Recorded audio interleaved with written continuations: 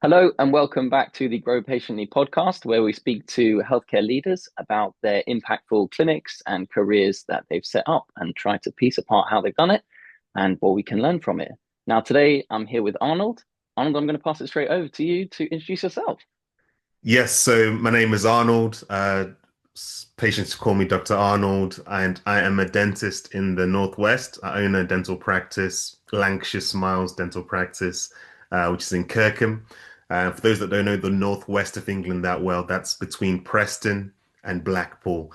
So we're very close to the coast. And it's been just over 12 months now, 13 months this October since we've been open and running. And today's just one of those days where I normally work from home. But I've actually got a patient later on today. But yes, that's me in a nutshell. Graduated from UCLan. It used to be called the University of Central Lancashire. We've just changed our name to University of Lancashire, and that's in Preston. So I did a 4-year dental degree there, but I'd done a science degree for 3 years in the University of Leicester before that. So yeah, that's me in a nutshell. I'm a father of two daughters, and my wife, who's also a GP, so she's in the medical realm as well. Great. Well, thank you so much for coming. I'm really looking forward to diving in. And before we do dive into the secrets of your healthcare success, shall we say, I like to ask this one question, which is that you're based in Kirkham, as you said, in Yes. the Northwest. Let's say I'm going up to Kirkham. I've never been there before. You say, Hugo, look, if you want to experience Kirkham, this is where you got to go. This is what you got to do. Maybe this is what you got to eat. What is it that I've got to do to experience Kirkham for a one-off day? Yeah, so if you come to Kirkham, some different things that you can do. We actually are we actually have BAE, British Aerospace, have one of their bases just next door to Kirkham. So that's a big employer. So what happens is you get a lot of, I think it's test flights that happen with some Okay. of the jets that they make or parts they make for jets. I don't know the ins and outs, but if you're a fanatic about planes and jets, then that would be for you. We're also close to the coast, so the beach, if ever you were bringing family and kids. We've also got the football club, AFC Fylde. So our area is called the Fylde Coast. So the football team is AFC Fylde. So if you're into football, the stadium is pretty much, a 5-minute drive from the dental practice. So, we've got different things going. We've got the countryside as well, some rural areas. So whatever it is, walks, football, or you just love watching planes, we've got it. You've got it all. Okay, Yeah. perfect. Well, what a review. Well, let's dive into your career history, shall we say? Maybe you can take the listeners through how you got into dentistry and then how you progressed into setting up your practice and why you set it up where you did. Yeah, so my journey, I'm actually from Zimbabwe. I was born in Zimbabwe, and things in the country weren't going too great. So my family decided to relocate to England. So me and my four other brothers, we moved over to England. I came over in 1999. I was about 7 years old, and it was all to provide a better life for the family while my parents made that move. So, school was a big thing, doing well in school and making the most of this opportunity that we'd now been given. And in my mind, success looked like, being a medical doctor. That's, what I knew success to be from my limited experience. So I was always on a pathway into medicine. Um, GCSEs did well, A star student, A levels, I got A's. A stars weren't introduced yet. A stars are a new thing in A levels. So I did quite well in my A levels, got A's. Um, got an interview at Cambridge for medicine, but unfortunately, I didn't get accepted into Cambridge for medicine, and that was a blessing in disguise. Um, what happened was I ended up applying to the University of Leicester because they had a science degree, where if you did well in the first year, they'll transfer you to the medicine course in Leicester. So that was my way of, okay, I didn't get a university place. All my friends are going to university. I'm going to seem like a failure if I'm not going to university. So, okay, let's, go to Leicester and take that route. to getting into medicine. What ended up happening was that year in Leicester, um, it allowed me to have some self-reflection and, really think, what do I want in my career, in my future, for my future? My parents are in healthcare. My mum was a nurse, and my dad worked in the mental health services. So healthcare was something I wanted to be in. But I also wanted to be able to build a business, something I could pass on to my children, their children, something that's generational. And I just didn't see medicine offering me that opportunity to organically just start a business. So I think it was prospects.ac.uk, or it was one of these career websites that you could go on to say, what career am I best suited to? And dentistry came up, where it's within healthcare, but you can start a business, a practice of your own. So I then did all the research I could into dentistry and how do I get into dental school. And that narrowed it down to these 4-year dental courses, where if you've got a degree already, you can hop onto a 4-year dental degree instead of the normal traditional 5-year dental degree. So that's how I ended up applying to dentistry. I had Liverpool and UCLan as the dental schools that accepted me and gave me offers. UCLan was the newer one, more modern, small cohort, about 32 of us that started on that in the whole year group, which is really rare within dentistry because normally it's about over 100 up to 200 students in one cohort. So I knew that I would get some good attention from the staff members to benefit and get the most value from the dental course. So I ended up going for UCLan, and I enjoyed it. Our outreach program, we call them DECs, Dental Education Centers. We would go to, I would go to Blackpool. So we're 32 of us, but we're broken down into groups of 8.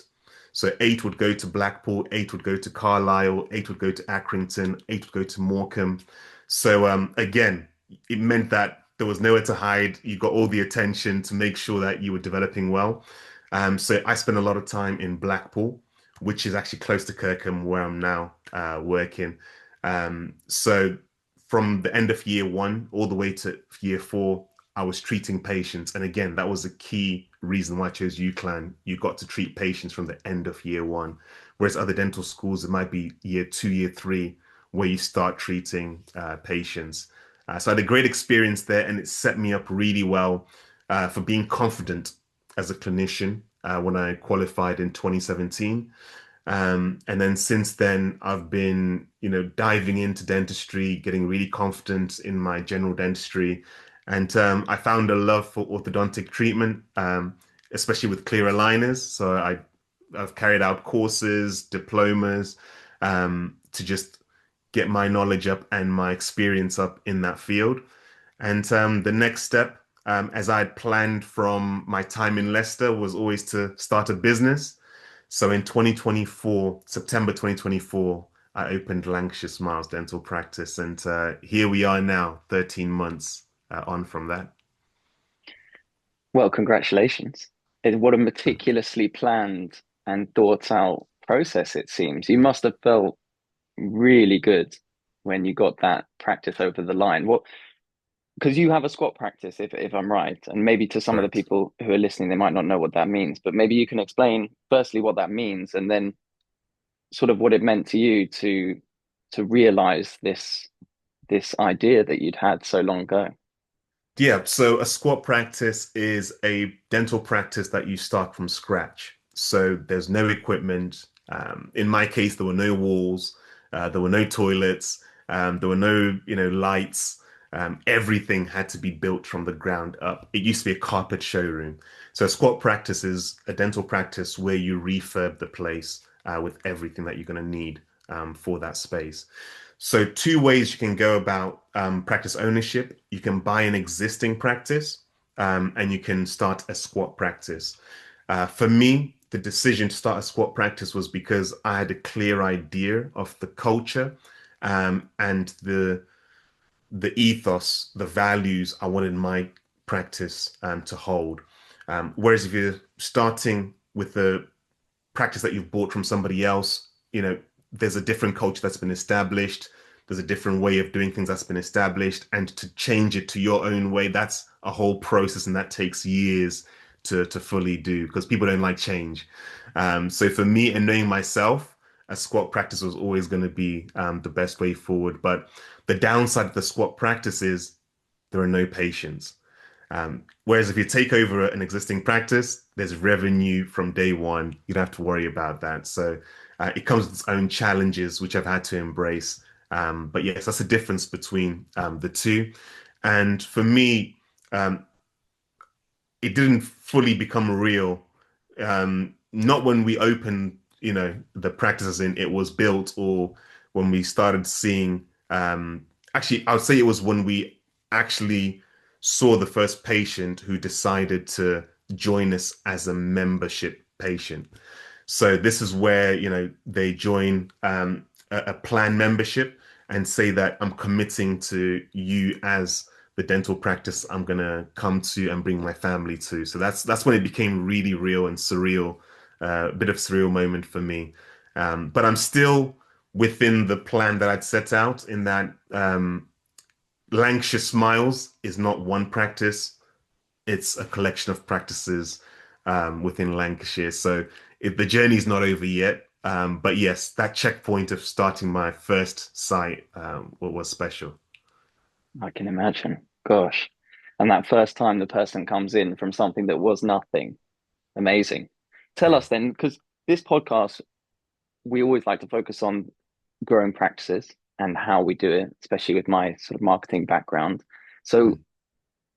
it's a very different thing growing a practice that's already established and kind of scaling it as opposed to starting from scratch. So I'd love to hear some of the ideas that you had. I know you've already spoken about vision, so I'm assuming that's going to underpin everything. But yeah, tell us what were the key levers that you pulled to make sure that you hit the ground running? Yeah. So a big thing for me was the fact that as a squat practice, there were going to be zero patients unless I did something about it. So I worked hard and focused on growing a waiting list. So I'd probably say it was about 3 or 4 months out during the build process. I put out a waiting list. Basically, what it was, people would be able to see that we're starting a new dental practice, and they'll be able to click and say, I'm interested in joining this practice.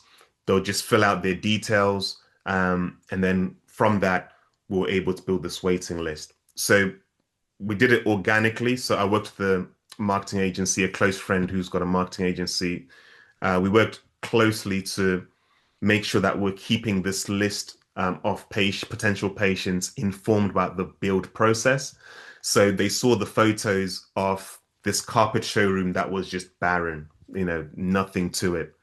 They then saw every 2 weeks, they were updated with a newsletter on how the build process was going. This is where the toilet is going to be. This is where treatment room number one is going to be. This is the 3D render of what we're trying to build. Um, so every 2 weeks, this growing waiting list was being informed. And as we got closer to opening, we then started to give information about, okay, we're going to be offering these treatments, these services, and we're going to have a membership plan. These are the details of the membership plan. Whether you see us once a year, twice a year, or 4 times a year, these are the costs that you can expect. And would also put it to the waiting list to say, what would you like to see in a dental practice? So we're doing all we could to keep them as engaged in this whole process, this whole build process.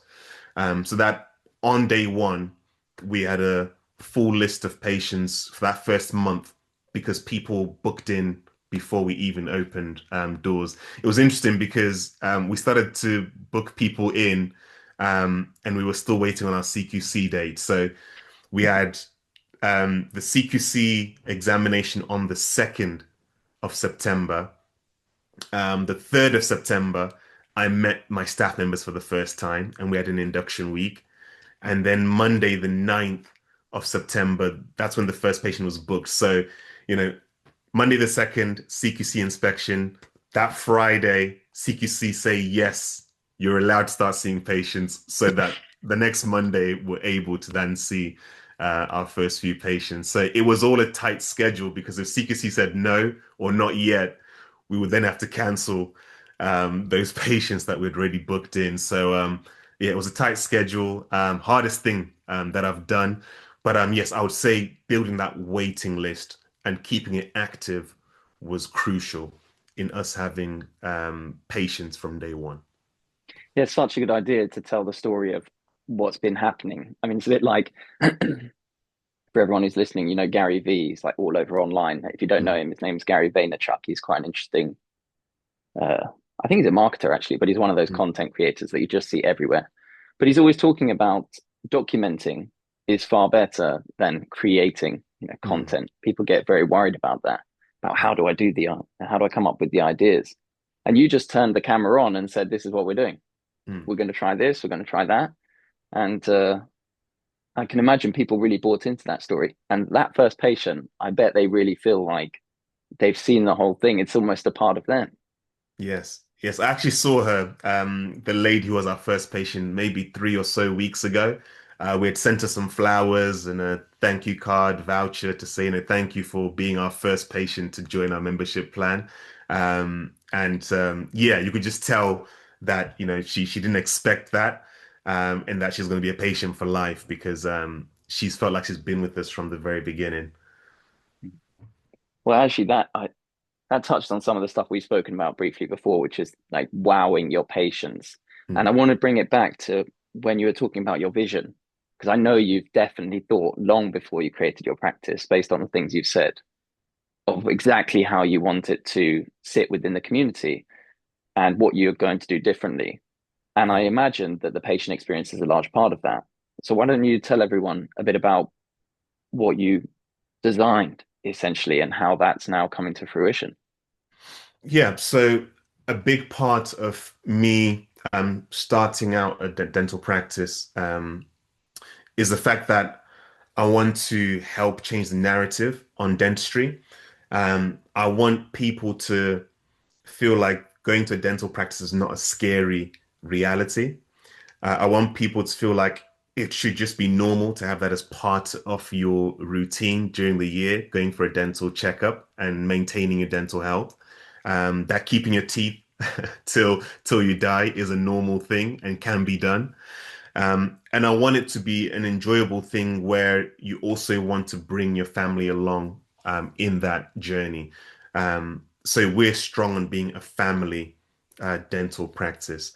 Family is one of the core things that we want to see within our staff members. We should feel like family. The way we do things at work and out of work.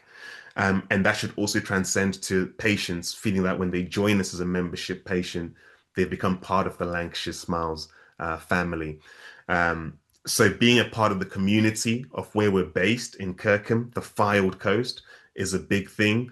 We recently had an under 12s girls team who we sponsored come into the practice and we did some oral health presentations. We sponsored them, so we got them some new football kits, home and away kits, and some training jackets, and just being able to make a mark on the people that live within our area, that they know that we're here to support and promote the area and bring positive feel to the area as well as being a dental practice. We're not just here for ourselves, we're here to support the community and to allow the Fylde community to thrive as well. So family is a big thing that underpins everything that we do. So even with the way we welcome patients, we've got a very specific way we welcome patients, from the way they're greeted, the way they're offered a drink, a bottle of water, and the way we just build that rapport from reception to when they step into the treatment room. There's systems to make sure that we're focused and centered on our patients and having their best interests as first. Yeah, it's an interesting narrative, the dentists being scary and all these kind of things. I don't really see it myself, but I totally understand why people get it.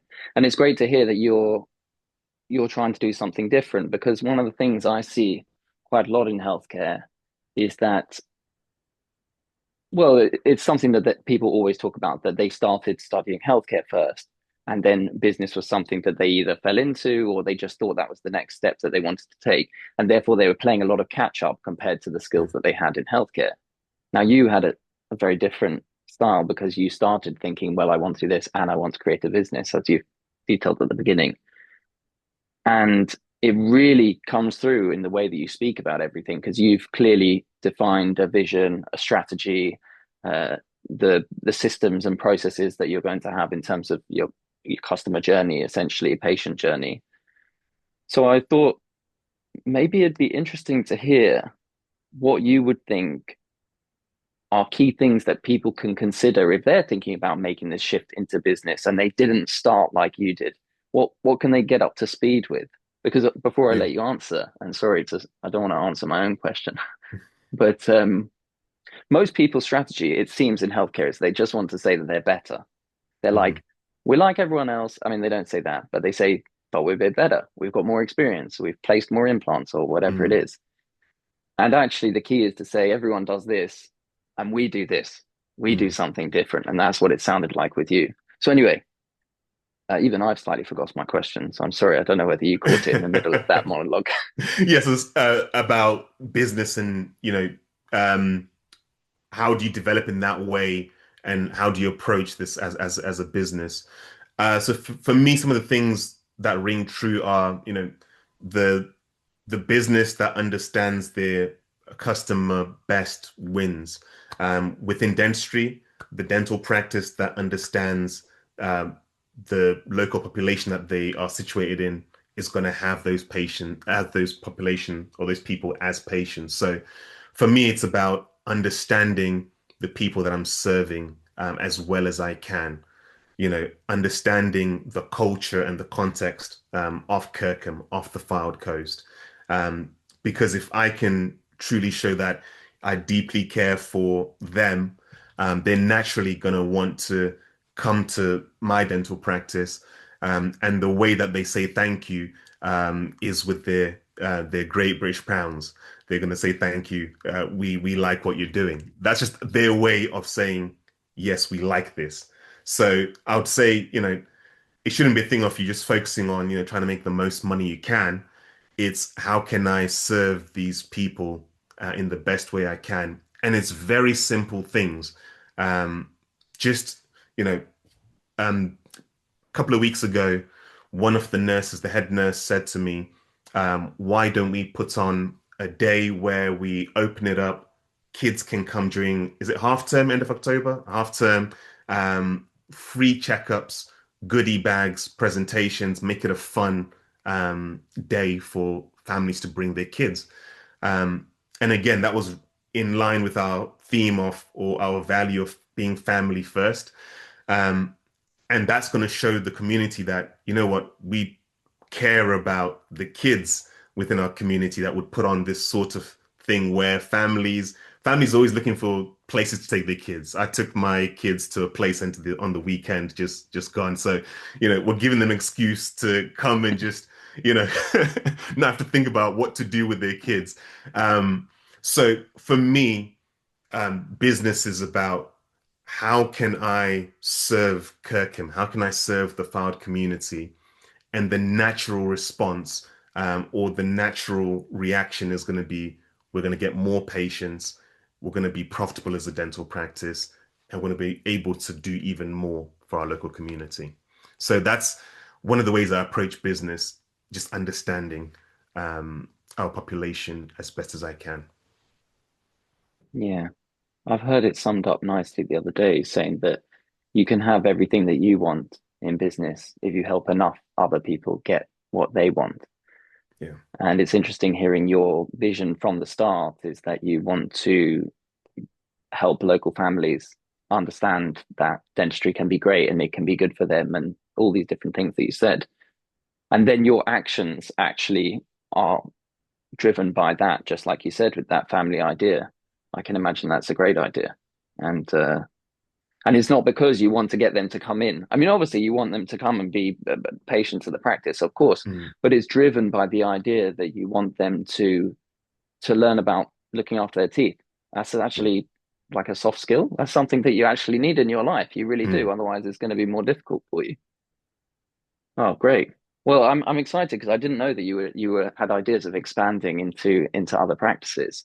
So let's talk about, uh, if you're happy to share, some of the future. I know we're getting a bit ahead of ourselves, but what's part of the plan? What are you going to do next with this practice, for example, to get yourself into that position where you can start looking at other sites to help other people in the area as well? Yeah, so one thing that we are focusing on is growth in terms of we've got a global aim within the Kirkham dental practice to have 3,000 membership plan patients. So that's 1,000 membership plan patients per treatment room. That's what we're aiming towards. Once we do that, um, we might be at some form of capacity for what we can handle.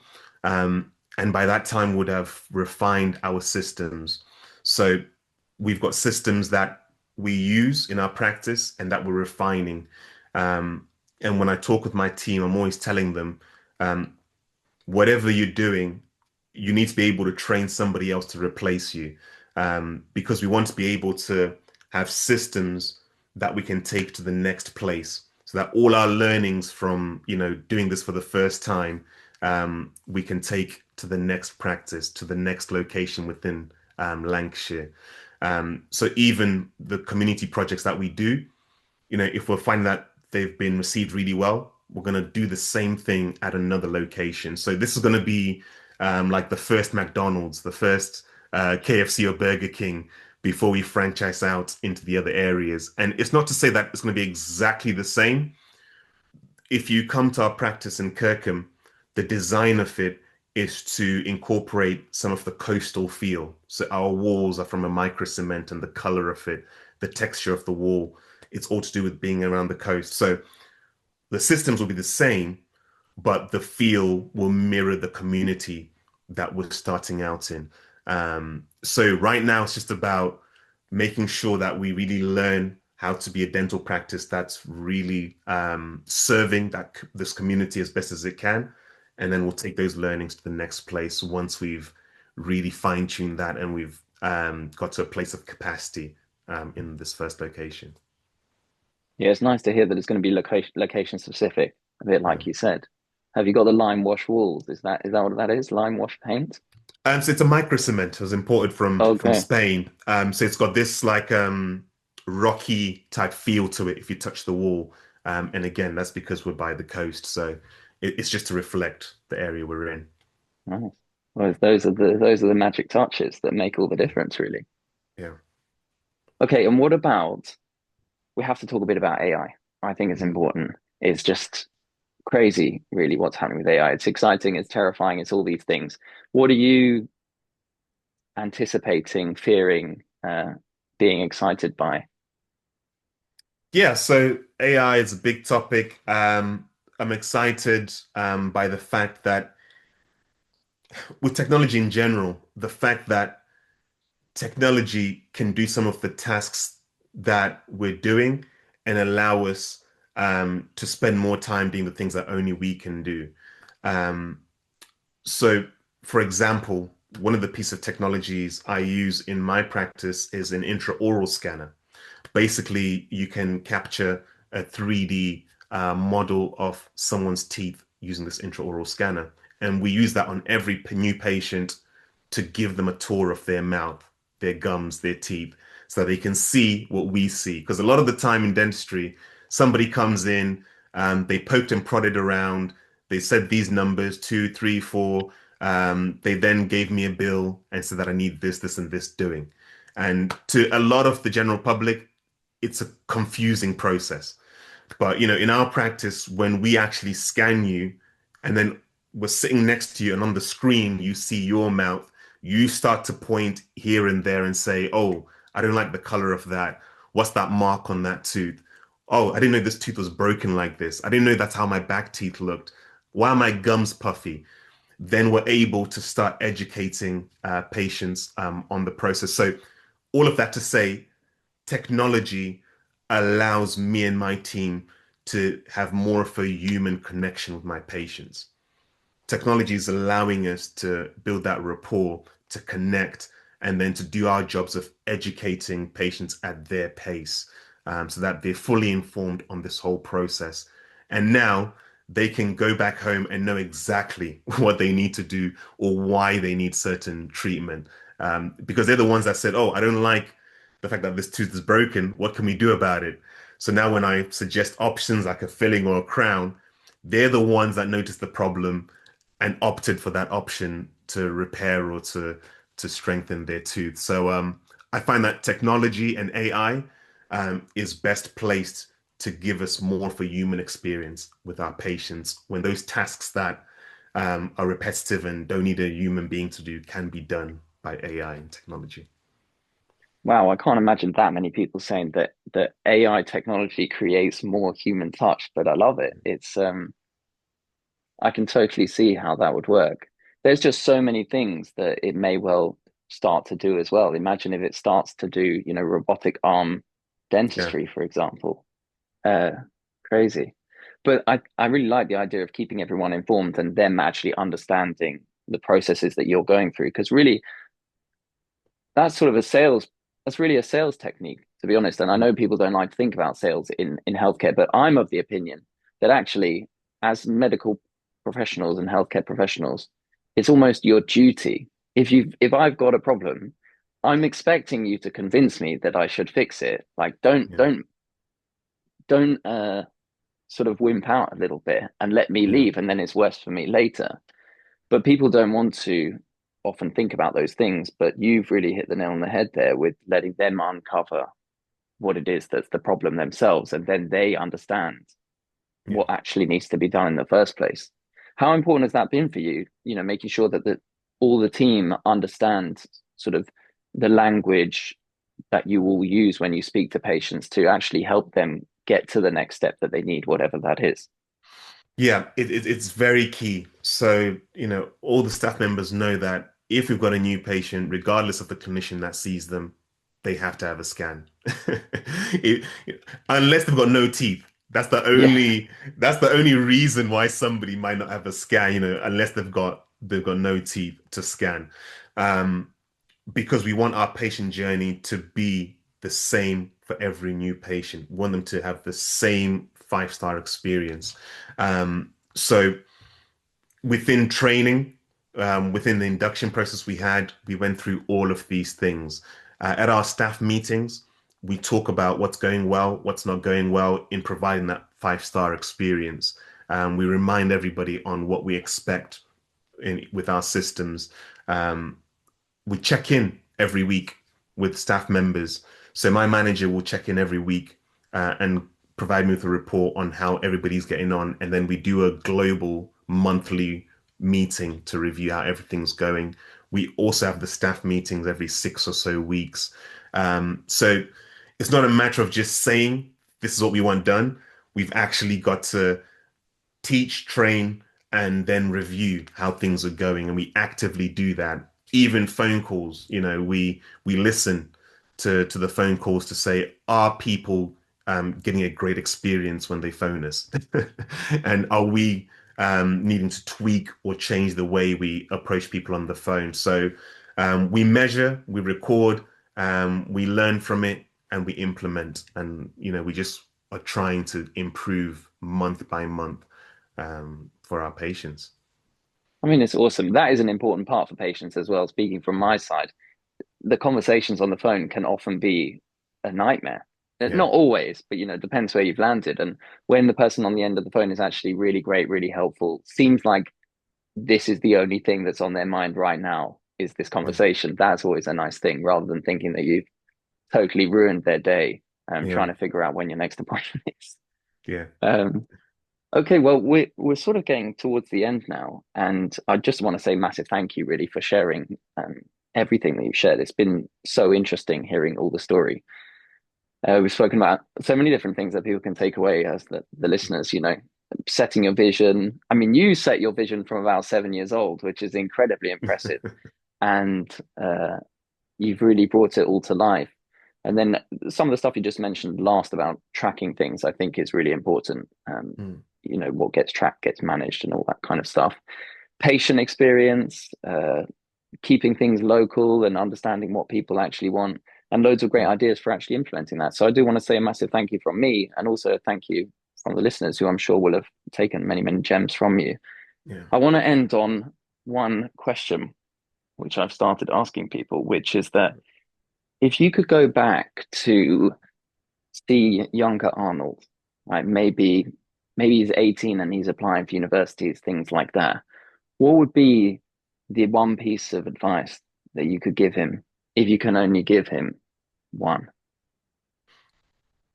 Yeah. I'd probably say the one thing would be wherever you're looking to get to in life, find somebody that's already doing that. Um, and find a way um, to get into the space where that person or those type of people exist. So for me, let's say I was deciding to get into dentistry and I wanted to own my own practices. Really, what I'd be saying would be find practice owner who owns several dental practices, and they're gonna give you a roadmap that means that you don't have to suffer learning some of the things that you're gonna need to learn. That would have sped up my journey and allowed me to accelerate my progress and development to get to where I'm getting to. So I'd say find the person that's doing exactly what you're wanting to do, and find a way to get into the space that they exist in, and yeah, learn from them. Yeah, sound advice. Finding a good mentor who's actually taken the path that you're trying to take. Okay, Arnold. Well, thank you so much. And to the listeners, thank you as well for listening. I really appreciate it. I do love doing this podcast. It's Yeah. been a lot of fun meeting people like you, Arnold. So thank you. And thanks to listeners who listen and kind of make it all happen. If you are listening and you want to be kind to us, please do hit the like and the subscribe button if you're listening on YouTube, because that does kind of help us basically get it out to other people who, if you've got value from, hopefully they will also get value. But the main thing I want to do is say thank you to you, listeners, and thank you to you, Arnold. I really, really do appreciate it. Yeah, no, thank you, Hugo, for inviting me. It's been a good experience getting to share, and hopefully, yes, your listeners get a lot of value from this episode. But no, thank you for having me come on. You're very, very welcome. All right. Thank you very much.